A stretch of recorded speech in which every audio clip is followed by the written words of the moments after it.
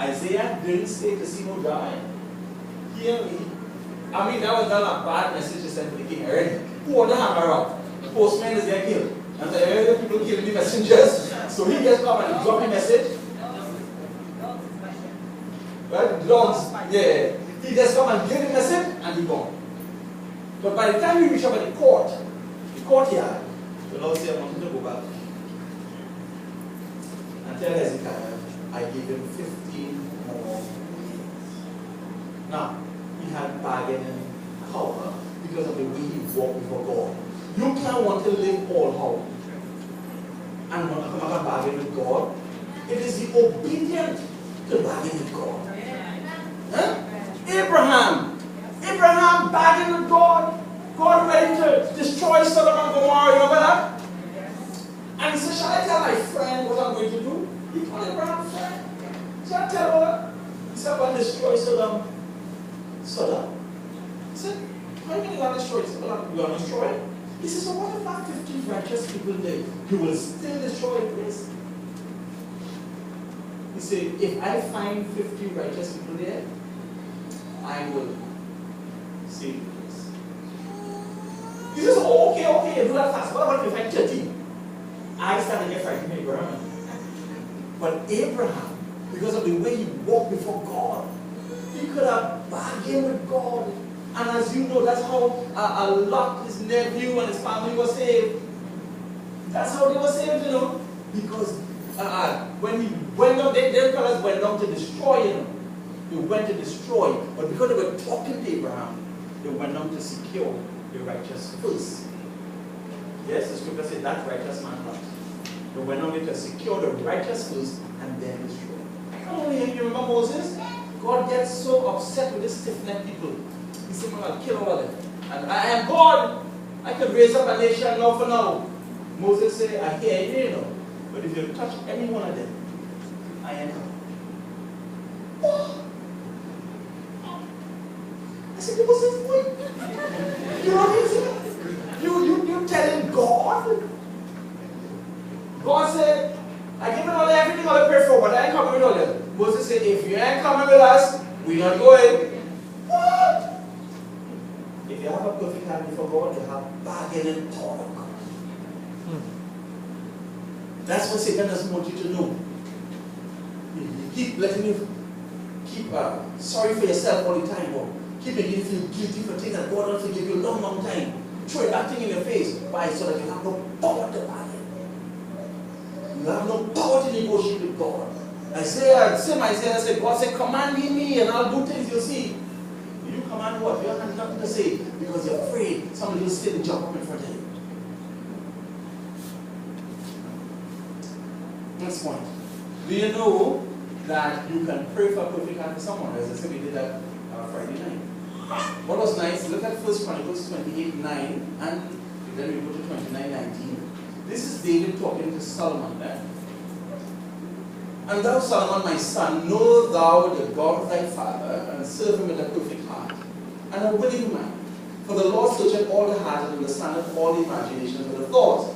If thou seek him, he will be found of thee, but if thou forsake him, he will cast thee off forever.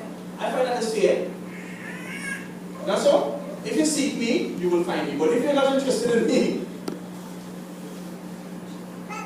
now, what does he ask? He says, Solomon, I prove God. God has been good to me. I'm asking you, my son, I want you to know God. Know my God. Know the God of Abraham, Isaac, and Jacob.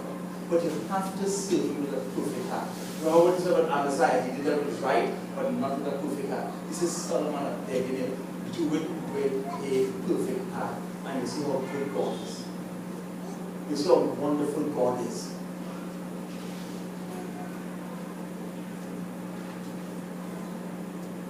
Verse 19, in chapter 29.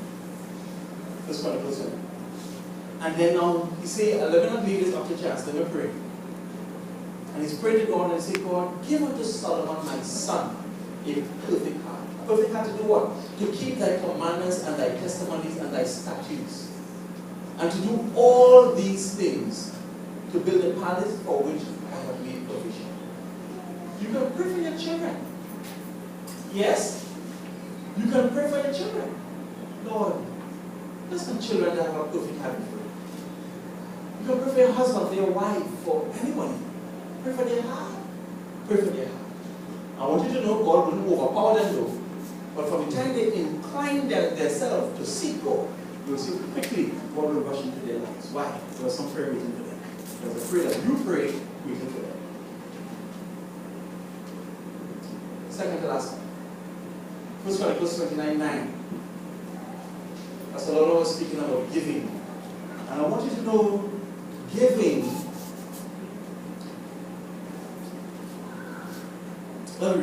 Then the people rejoiced for that they offered what? They offered what? They offered how? What made them offer willingly? Because when they offered willingly to the Lord, and David the king also rejoiced. Let me tell you something. If giving hurts, God is not interested. If anybody tell you give till it hurts, say, well, that's not giving.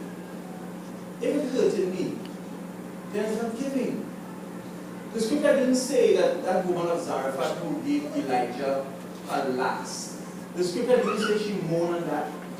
If you ever moaned on that. The scripture didn't say she cried down. She told the man of God, I want you to know this is my last. I'm going to make a cake for my son and myself, and we're going to eat it and die. He said, well, give it to me first, and God will bless you. All she had was a promise of a blessing. That would have only come through obedience, not so? But her heart, boy, she went with a perfect heart. And when she did, you say, my God, look, you call me like going down.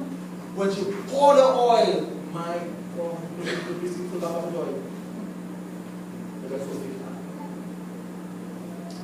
You will hear us always in church talking about giving and towards projects and things. That's how the church is run.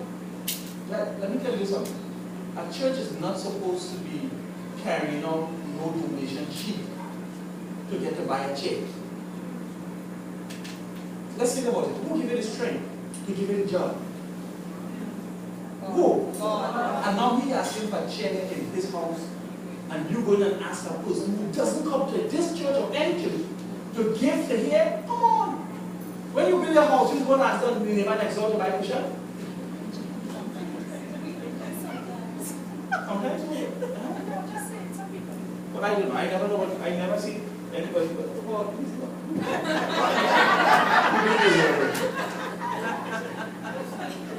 No, but think about it.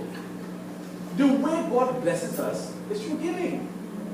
And all His giving is always towards the kingdom. We're going to extend, not so?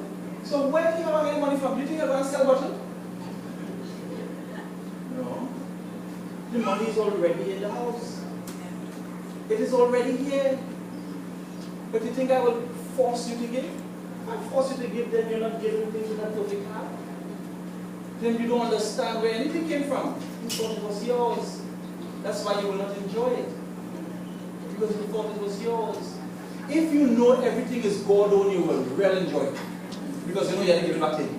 You understand my point? But if you think the land is yours, that land will hurt you. Every day, somebody will come on that land to sport, just so they get paid in their heart. But if it is God-owned, and you're so thankful, Lord, what I do for you to bless me with that?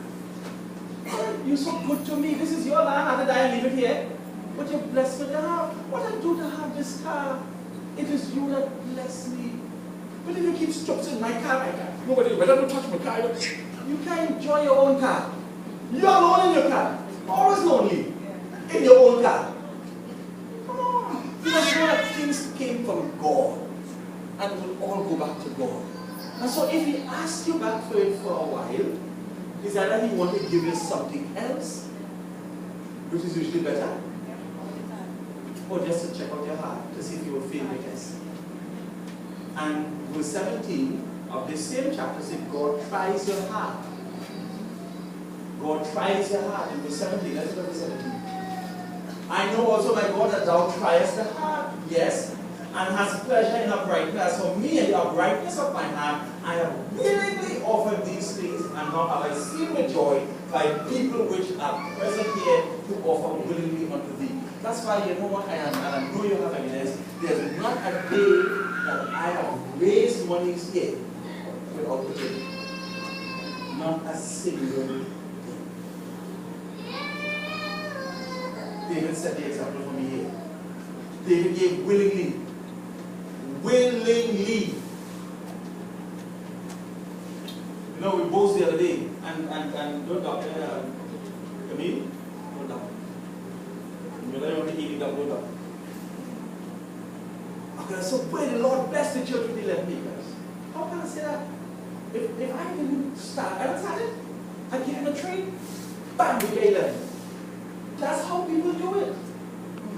But you have to do it willingly. You have to love to give up with it. Barry brought a nice word this morning, the woman of Zarephath. He talked about all Elijah came to ask for first was a glass of water. And when she started to walk, all of a sudden he increased what he wanted. And you have cake inside it too. You know? But I had a cake too. But he put it nicely, and he said, so many of us could only reach and pass the water test. I can give you water, but that's not you. And I tell you, so many of us even failing the water test. Tithe is only 1/10. And if tithe is a problem for you, there's no way God can ask you to give land, house, car, everything. In the Bible, in Acts chapter 4, people sold their lands. Not so? They sold their houses and they brought it to their house of the Lord. You fighting up with 10% of your little bit of money. And God could ever tell you to give you 11 acres if you wasn't faithful to tithes? That would be impossible for you. You understand my point? If you didn't pass the water test, and I want you to know, remember the water test was the first 3 acres? This I give you 3 acres. And as you walk around, I want cake too. Context, it is in context.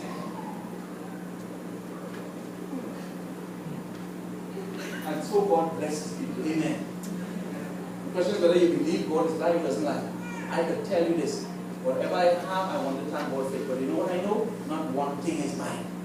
That I know. I had to give it up. Amen. And I want to have joy in doing so. I want to lay up for my children, but not everything that I have will be for my children. Some is to give right back in the same house. Some is to give right back in. And after the great together, all my children know what giving. They sow, they sow, they sow. I tell them that is how we live. That is how you'll have everything in life. You keep sowing. Whatever you want to become, you sow, you sow, you sow. And God is a faithful God. I can tell you when He will answer. He didn't tell me when He answered mine. But I live